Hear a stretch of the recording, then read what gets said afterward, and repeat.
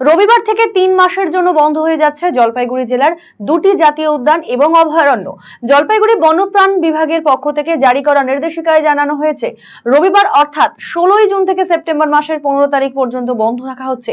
স্বাভাবিকভাবে এই 3 মাস জঙ্গলে পর্যটনের সমস্ত কাজকর্মই বন্ধ থাকবে। জলপাইগুড়ি বন্যপ্রাণ বিভাগের পক্ষ বন আধিকারিক দ্বিজপ্রতিম সেন জানান, প্রতি বছর বর্ষায় জঙ্গল বন্ধ রাখা হয়, কারণ এটা বন্যপ্রাণের বংশবৃদ্ধির সময়। স্বাভাবিকভাবে জঙ্গলে সাধারণ মানুষের প্রবেশ ঘটলে বন্যপ্রাণের অসুবিধা হতে পারে। পাশাপাশি বর্ষার জলে জঙ্গলের গাছপালাও বাড়ে। সমস্ত দিক চিন্তা করে দীর্ঘ বছর থেকেই গরুমারা জাতীয় উদ্যান, নেউরা ভ্যালি জাতীয় উদ্যান এবং চাপড়ামারি অভয়ারণ্যে বন্ধ রাখা হচ্ছে।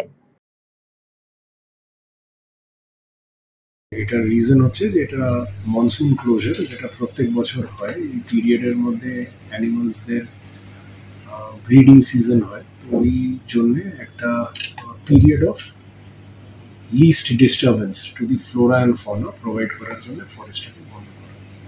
16th থেকে হবে, it will continue up to 3 months বন্ধ থাকবে।